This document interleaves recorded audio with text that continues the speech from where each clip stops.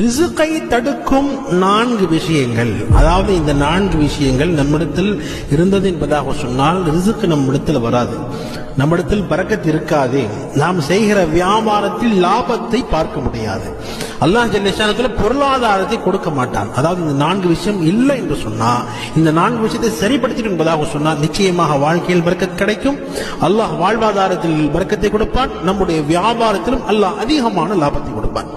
அல்லாமா இப்னு ஜௌஸி ரஹ்மத்துல்லாஹி அலைஹி அவர்கள் கூறுகிறார்கள், இந்த 4 விஷயங்கள் உங்களுடைய ரிசுக்கை தடுத்து விடும் என்பதாக சொன்னாங்க. இந்த 4 விஷயம் செஞ்சிடாதப்பா, இந்த 4 விஷயம் செஞ்சிட்டீங்க என்பதாக சொன்னா ரிசுக்கு வராது, பரக்கத் வராது, வியாபாரத்தில் லாபம் கிடைக்காது, நஷ்டத்தில் கஷ்டத்தில் கடனில் தான் இருப்பீர்கள் என்பதாக சொன்னாங்க. அதுல முதலாவது காலை நேரத்தில் தூங்குவது. காலை நேரத்தில் தூங்குவது, காலையில் யார் தூங்குறாங்களோ அவர்களுடைய வாழ்க்கையில் பரக்கத்தை அவர்கள் எதிர்பார்க்கவே முடியாது. நம்ம எத்தனையோ சம்பவங்கள் பார்க்கிறோமா இல்லையா? பெரிய பெரிய செலிபிரிட்டிஸ் அவர்கள் இஸ்லாமிகளா இருக்க மாட்டார்கள், ஆனாலும் அவர்களுடைய பழக்கமா இருக்கும் காலை நேரத்தில் எழுந்திருவாங்க அவங்க. அப்ப ஃபஜ்ருடைய நேரத்தில் பரக்கத் இருக்கிறது. ரசூல் ஸல்லல்லாஹு அலைஹி வஸல்லம் சொன்னாங்க இல்லையா, ஃபஜ்ருடைய நேரத்தில் பரக்கத் இருக்கிறது, அந்த ஃபஜ்ருடைய நேரத்தில் தூங்கவே கூடாது. காலையில் தூங்குவது இது ரிசுக்கை தடுக்கும் முதலாவது. இரண்டாவதாக தொழுகையை குறைவாக தொழுவது.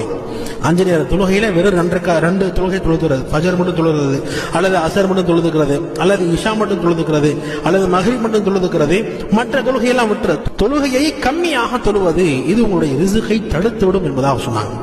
மூன்றாவதாக சோம்பலாக இருக்கக்கூடாது. சோம்பேறித்தனம் நம்மிடத்தில் இருக்கவே கூடாது. சோம்பேறியாக ஒருத்தர் இருக்கிறார், எப்ப பார்த்தாலும் தூங்குறாரு, என்னங்க பண்றாரு, தூங்கிட்டு இருக்கிறாரு. இந்த சோம்பேறியாக யார் இருக்கிறார்களோ அவரிடத்தில் ரிசுக்கு வராது, ரிசுக்கு தடுபடும் என்பதாக சொன்னார்கள் அல்லாமா இப்னு ஜௌஸி ரஹ்மத்துல்லாஹி அலைஹி அவர்கள். நான்காவதாக அமானிதத்தில் மோசடி செய்வது. நான்காவதாக அமானிதத்தில் மோசடி செய்கிறார். ஒருத்தர் நம்பி போய் இந்த ஒரு பொருளை வைங்க, 1 மாசம் கழிச்சு நான் வாங்கிக்கிறேன் என்பதாக அமானிதம் கொடுக்கும் பொழுது அந்த அமானிதத்தில் மோசடி செய்யவே கூடாது. அமானிதம் என்பது இந்த 2 வகையாக இருக்கும். ஒன்று பொருள் கொடுத்து அதுல மோசடி செய்யறது. இரண்டாவதாக நம்ம பேசுற வார்த்தைகள்.